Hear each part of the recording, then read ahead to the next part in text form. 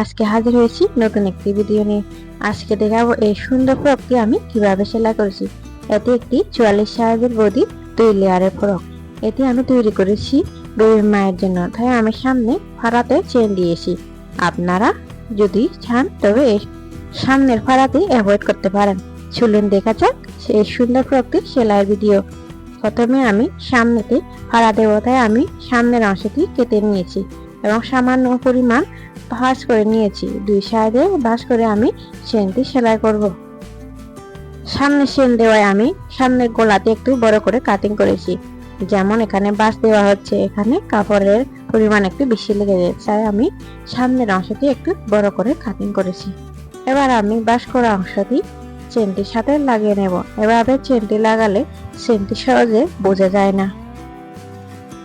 এই সুন্দর 2 লেয়ারের ফ্রকটি কাটিং ভিডিও দেওয়া আছে ডিসক্রিপশনে, আপনারা আপনাদের প্রয়োজন অনুযায়ী দেখে নিতে পারেন। কাটিং ভিডিওটি দেখে খুব সহজে আপনারা শিখতে পারবেন কিভাবে এই সুন্দর ফ্রকটি আমি কাটিং করেছি। একসাথে কাটিং এবং সেলাই ভিডিও দিলে ভিডিওটি প্রচুর লম্বা হয়, তাই আমি কাটিং এবং সেলাই ভিডিও আলাদা করে দিয়ে থাকি। চেনটি লাগানো হয়ে গেলে এবার আমি বক্রমটি গোলাপতির সাথে সেলাই করে নেব। এখানে সামনের অংশে একটু বেশি করে কাপড় দেওয়া আছে, যাতে সেলাইয়ের পরও বাড়তি করে থাকে। এভাবে আমি গোলাপতিটি টেনে টেনে গোলাপতিটি সেলাই করে নেব এবং সেলাইয়ের পর বাড়তি অংশটি কেটে ফেলে দেব। একইভাবে 2 সাইডের অংশটি সেলাই করে নেব।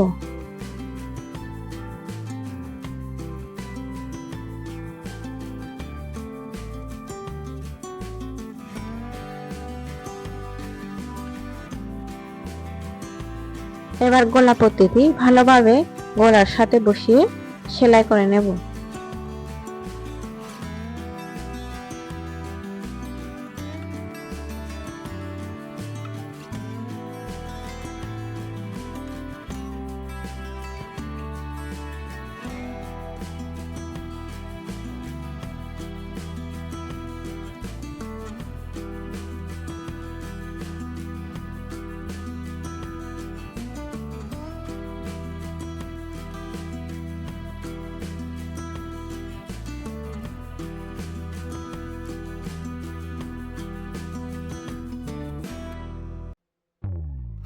এবার বক্রমটি উল্টিয়ে আমি ভালোভাবে সেলাই করে নেব। উল্টিয়ে বক্রমটি সেলাইয়ের ভিডিওটি দেওয়া হয়নি, কারণ এখানে আমি ভুলবশত ভিডিওটি তখন অন করিনি। দেখুন কি সুন্দরভাবে আমি সামনের গলাটি সেলাই করেছি চেন দিয়ে। পিছনের হাতের অংশটি আমি বাঁকা করে কেটে রাখা 2 ইঞ্চি পরিমাণের গোলাপতিটি দিয়ে গলাটি সেলাই করেছি। এবার আমি কাঁধের অংশ জোড়া দেব। কাঁধের অংশ জোড়া দেওয়ার পর পেছনের গোলাপতিটি আমি সেলাই করে নেব।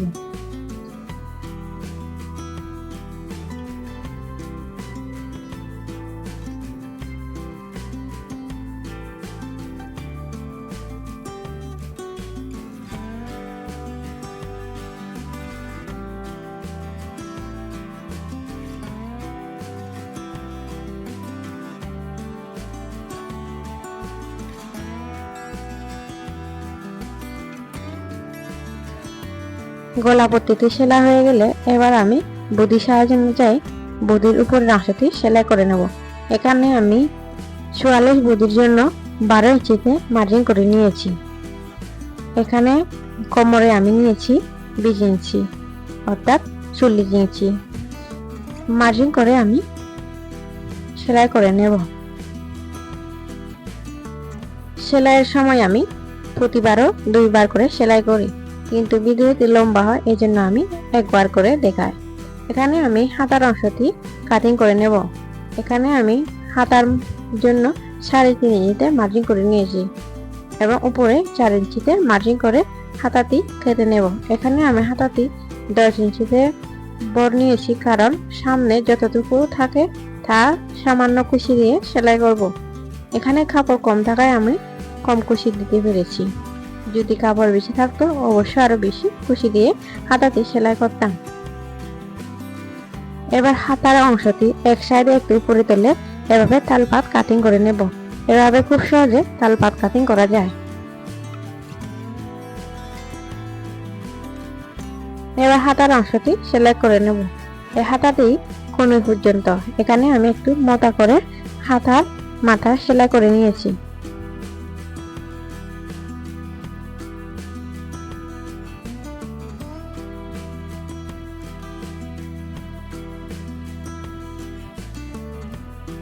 সাড়ে 6 ইঞ্চিতে মার্জিন করে আমি হাতাতে সেলাই করে নেব।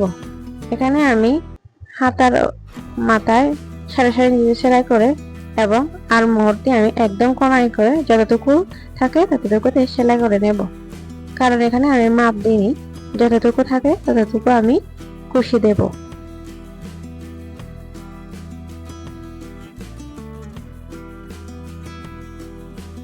হাতার অংশটি জোড়া দেওয়ার সময় অবশ্য ভালোভাবে লক্ষ্য করতে হবে, কারণ এখানে তাল পাতের অংশটি ভালোভাবে জোড়া দিতে হবে। দুই সাইডে মিলিয়ে কম অংশে এভাবে জোড়া দিতে হবে। এবার আমি কাপড়টি বসিয়ে নিচের যে বাড়তি অংশটি থাকে অবশ্যই অংশটি পেঁচিয়ে সেলাই করতে হবে, যাতে হাতাটি টান টান না থাকে। প্রত্যেক সময় হাতাদের জোড়া দেওয়ার সময় অবশ্যই নিচে এবং উপরে বাড়তি অংশগুলো পেঁচিয়ে সেলাই করে নিতে হবে।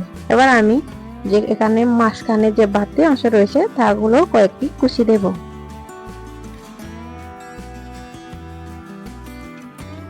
কয়েকটি কুচি দেওয়ার পর অবশ্যই কাপড়টি মাপ দিতে হবে, এখানে কাপড়টি অংশ ঠিক আছে কি নাই, তাই এইভাবেই কুচিটি দিতে হবে কাপড় অনুযায়ী। হাতার অংশটি সেলাই করার পর এবার আমি উপরের যে দুটি কাপড় কাটিং করে রেখেছি বড়গুলো তা জোড়া দিয়ে সেলাই করে নিয়েছি এবং নিচে যে আমি 3 পাত জোড়া দেব তা আমি 3 পাতের জোড়া দিয়ে সেলাই করে নিয়েছি। এবার আমি মাঝখানে মার্জিন করে নিয়েছি এবং আরো পাশ করে মাঝখান করে মার্জিন করেছি। এবার আমি মাঝখানের অংশ এবং নিচের অংশ একইভাবে মার্জিন করে নিয়েছি বাস করে।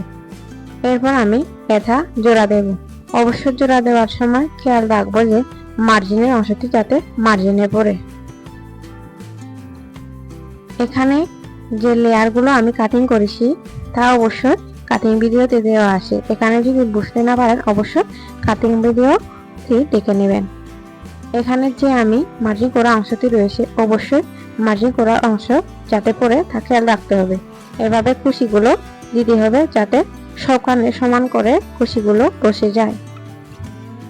এখানে আমি প্রথম লেয়ারের সাথে দ্বিতীয় লেয়ারটি জোড়া দিচ্ছি। সাইডের অংশগুলো আমি আগে থেকে সেলাই করে রেখেছি। উপরে আমি রেখেছি 2 পাত এবং নিচের জন্য রেখেছি 3 পাত, এগুলো আমি সাইডের অংশ জোড়া দিয়েছি। এবার আমি দ্বিতীয় এবং প্রথম অংশটি জোড়া দিচ্ছি। এবার ভালোভাবে লক্ষ্য করুন যে অবশ্যই যে মার্জিন করে রেখেছি মার্জিনের অংশ পড়ে, এভাবে কুচিগুলো সমানভাবে দেওয়া যাবে। প্রথম লেয়ার এবং দ্বিতীয় লেয়ার জোড়া দেওয়া হয়ে গেলে এবার আমি উপরের অংশের সাথে নিচে জোড়া দেওয়া প্রথম লেয়ারটি জোড়া দেব। এখানে আমি সেম ভাবে মার্জিন করে নিচ্ছি। প্রথমে এক বাস তারপরে আরেক বাস দিয়ে মাঝখান দিয়ে মার্জিন করে নিচ্ছি। এরপর আমি প্রথম লেয়ারের কাপড়টিও একইভাবে মার্জিন করে নেব। এখানে মাঝখানে এক বাস দিয়ে মার্জিন করে নিয়েছি, আবার আরেক বাস দিয়ে মাঝখানে মার্জিন করে নেব। এতে সমানভাবে কুচিগুলো যাতে বসে তার জন্য মার্জিন করা। একই নিয়মে আমি এটি সেলাই করে নেব।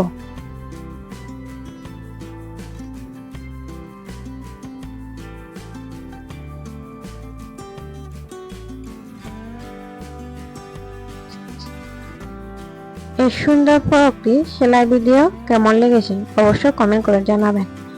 যদি বুঝতে অসুবিধা হয় অবশ্যই কাটিং এবং সেলাই ভিডিও একসাথে দেখে নিলে সবটা পরিষ্কার হয়ে যাবে। জানি না আমি এই ভিডিওটি কতটুকু বোঝাতে পেরেছি, কিন্তু আমার সাধ্যমতো চেষ্টা করেছি ভিডিওটিতে বোঝানোর জন্য।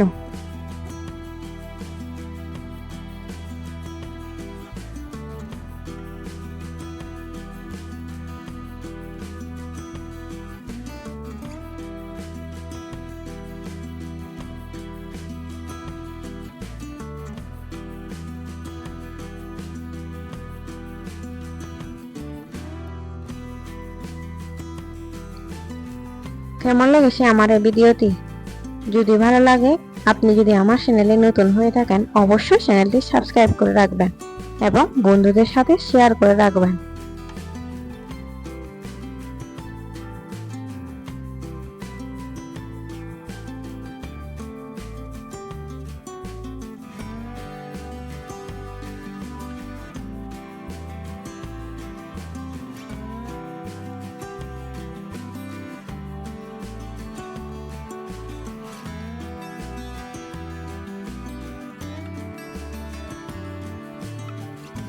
সবাইকে ধন্যবাদ ভিডিওটি দেখার জন্য। দেখা হবে অন্য আরেকটি নতুন ভিডিওতে।